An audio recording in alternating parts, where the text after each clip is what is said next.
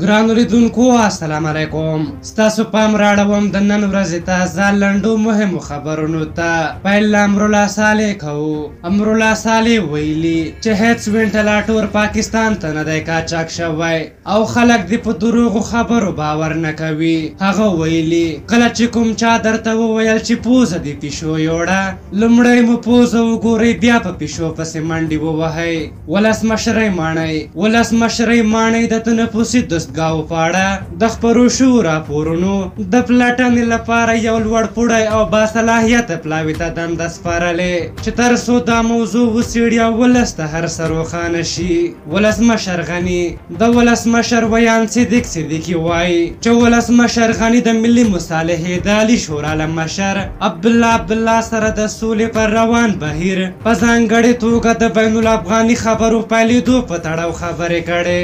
عبدالله طالبان دې د زور پر ځای له سیاسي لارو خپلو موخو ته د رسېدو لپاره کوښښ وکړي. د ملي مصالحې اداري شورا رئیس ډاکټر عبدالله د اروپایي ټولنې له سفیرانو سره پر سولې او نورو اړوند مسایلو خبرې کړې.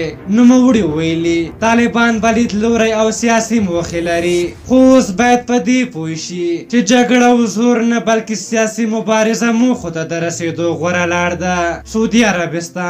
سعودي عربستان اعلان وکړ چې روان کال په د حج د ادا کولو مراسمو کې 10,000 کسان ګډون وکړي. عربي رسنۍ وایي د حج مراسمو ته بل هیواد خلک نه ځي بلکې یوازې د سعودي عربستان اوسیدونکو ته اجازه ورکړل شوې. هند په نوې ډیلي کې د پاکستان د سفارت نیمایي کارکوونکو ته له دغه هیواده د وتلو امر کړی.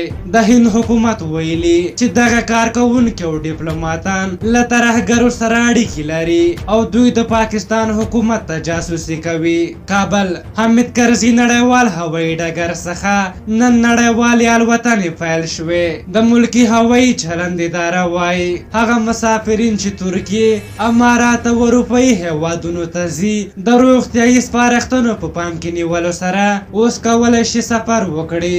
دا له شاوخوا 3 میاشتو ځنډ وروسته لومړني پروازونه د چینن پیل شول. وروستی خبر دا دی چې د امریکا د بهرنیو چارو وزارت په یو ټویټ پیغام کې ویلي چې افغانستان او پاکستان باید خپلې سوداګریزې اړیکې نورې هم پراخې کړي څو د دواړو هیوادونو اقتصاد وده وکړي. سرچینه کاږي امریکا د دغه اقدام هرکلی کوي چې له مخې د افغانستان او پاکستان ترمنځ د 3 بندرونو تورخم، سپین بولدک او غلام خان له لارې سوداګري او ترانزیت پیل شوی دی. په هر حال دا د نن ورځې تازه لنډ او مهم خبرونه.